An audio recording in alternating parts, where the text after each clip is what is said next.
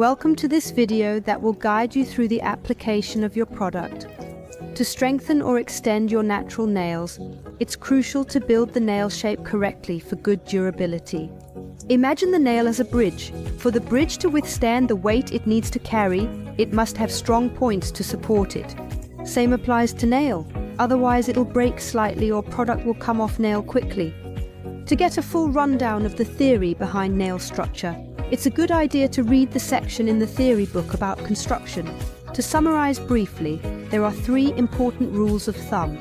Firstly, the nail must be shaped with a smooth curve from the cuticle to the tip, and the highest point on this curve is known as the apex, which is referred to as the nail's strength point.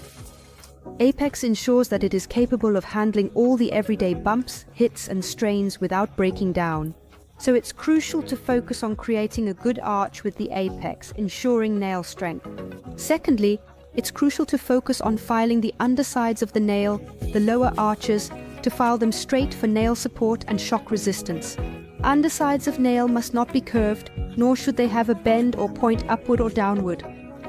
We should ideally align horizontally with the natural nail to provide the best balance for the nail. Thirdly, it's important to evenly place the product over the entire nail. There shouldn't be a collection of products on one side but not on the right side. And there shouldn't be a bunch of product on the tip of the nail but not so much on the actual nail bed. As a rule of thumb, there should be a minimum of 1 mm of product over the entire nail to ensure a balanced uplift.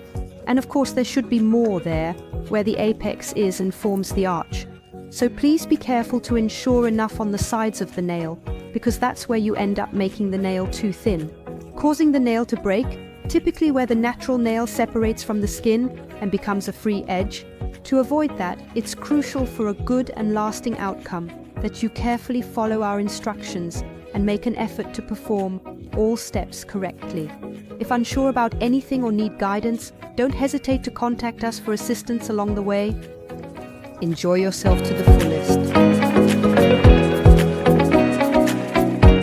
The first thing you gotta do when working with Builder Gel is to get your brush ready. The way you prepare your brush is by taking your brush and dipping it into your Builder Gel.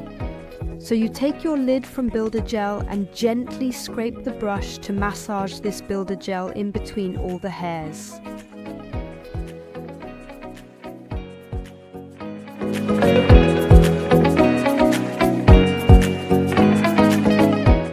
It is important that you do an efficient preparation. Preparation is actually a preparation of the natural shine and is essential for your product to last. If you want to see a complete walkthrough of how to make a perfect prep, go check out our video guide or look it up on page 44 in your theory book, where there's a detailed step-by-step guide.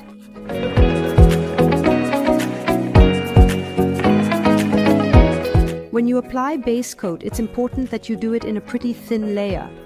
So when you grab your brush, go ahead and scrape off the excess on one side and the other side and pick up a little bead of product. Next, you place your brush in the middle of the nail plate, right up around the cuticle, and give it a little press so that the bristles spread out into a beautiful fan. Then you apply the base coat in an upward motion towards the cuticle area, going as high as possible without naturally making contact with the skin. Continue all the way down the nail plate, meaning really work the base coat in order to make sure that all the imperfections in the nail are covered. When you apply base coat or any other nail product, it's important that you always seal the free edge between each layer. To seal the free edge, use your brush to gently stroke it on the tip of the nail in order to ensure a secure seal. If you have a very short nail or find it difficult to seal the free edge, you can utilize a nail art brush to effortlessly seal the edge.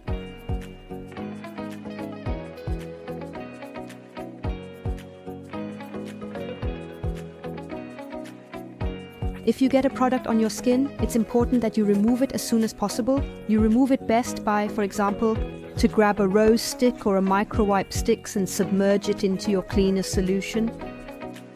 Then you gently remove the excess product from the skin. Once you're happy with the application of your product, all nails need to cure for 60 seconds in the UV lamp.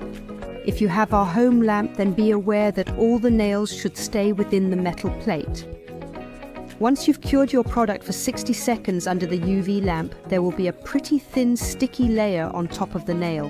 It's normal, it must not be removed, it's called a plug-in, doctors, and it's there so the next layer can adhere better.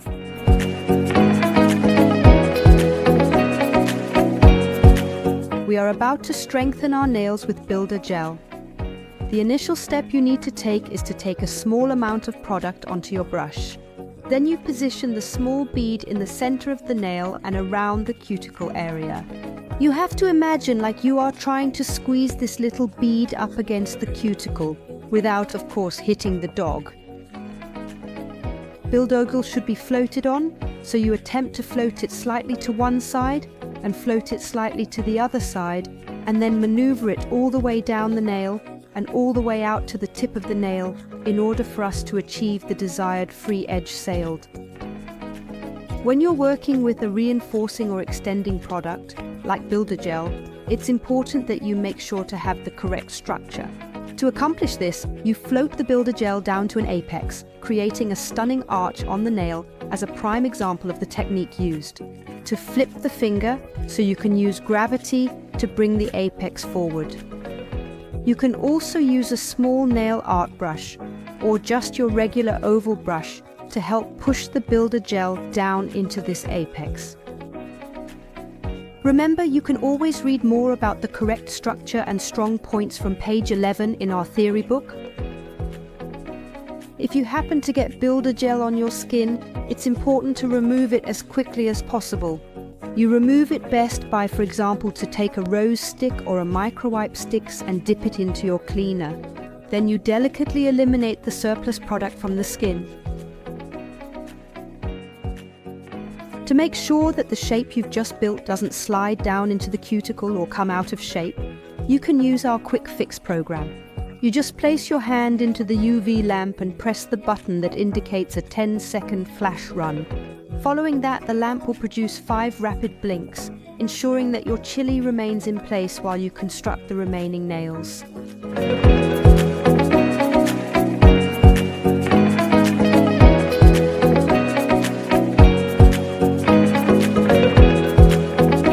Once you are content with the application of your product, all nails must undergo a curing process for a duration of 60 seconds in the UV lamp in order to achieve optimal results.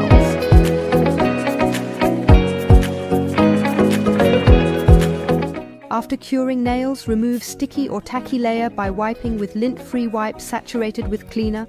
Use a lint-free wipe to saturate with cleaner, then wipe off nails.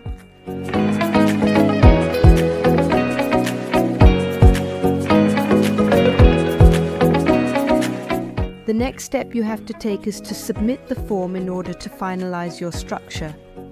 It is not always that you hit the perfect shape immediately, so it is nice to have the ability to file afterwards.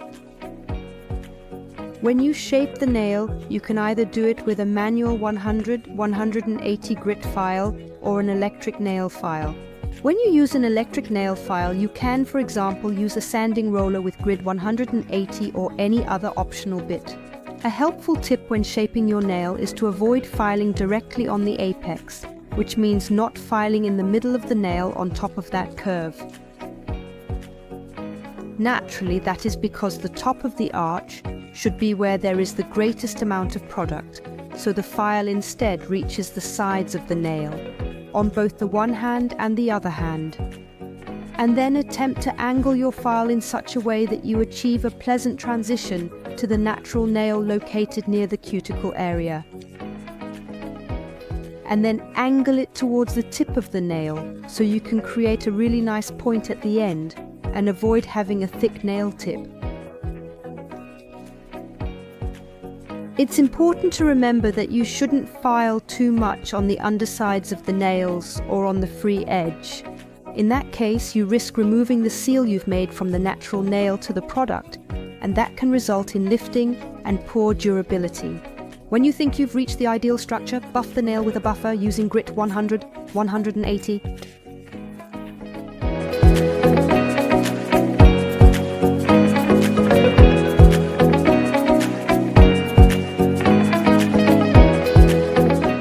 Once you've filed the nail into the perfect shape, all you really need to do is remove the dust by taking a lint-free wipe, saturated with cleaner, and then thoroughly wipe the nail. To skip gel polish on top of Builder Gel, you can go straight to step 10 and avoid finishing with a gel polish color.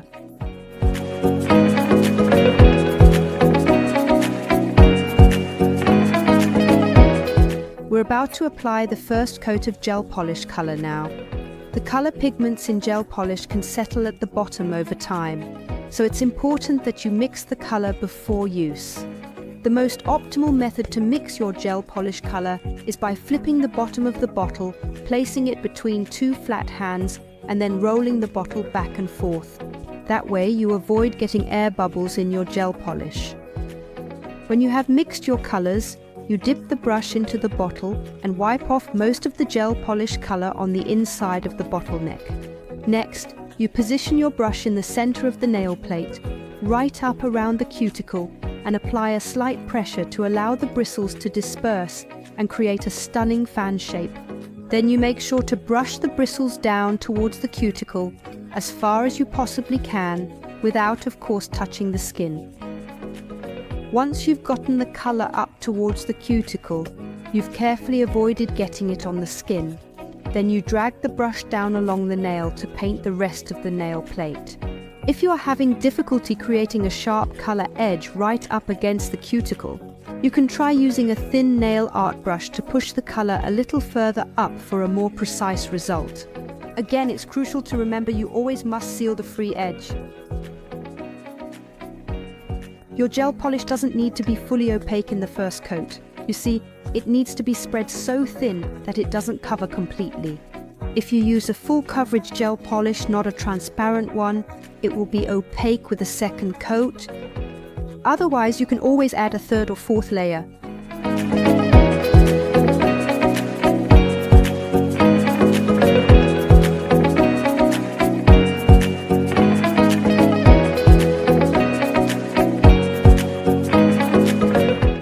Apply a second coat of gel polish color in the exact same way we just did with the first coat.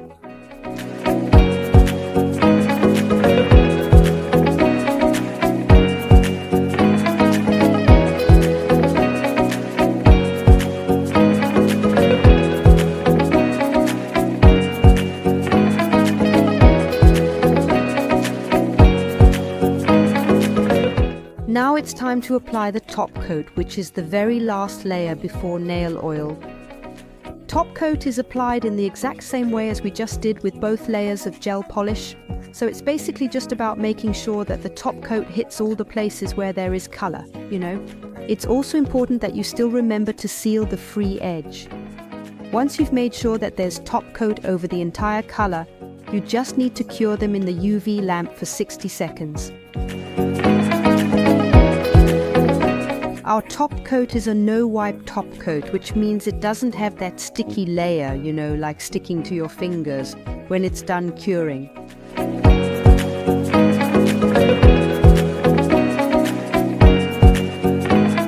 You finish your nail treatment by going out and washing your hands, and then apply a little nail oil. Nail oil is highly crucial for ensuring good durability, as any nail is prone to cracking or splitting if it becomes excessively dry. Imagine that the needle is a bit like a branch. If you try to bend a branch and it's completely dry, it'll actually just snap pretty easily. If the branch is instead well saturated with moisture, it will instead simply flex if you attempt to break it. The same goes for the nail, so it's always important to be efficient when using nail oil. You're done with your nails, and you did an awesome job. Remember, if you face challenges or have questions, you're always welcome to reach out to us for the best advice and guidance. We're here to help you every step of the way.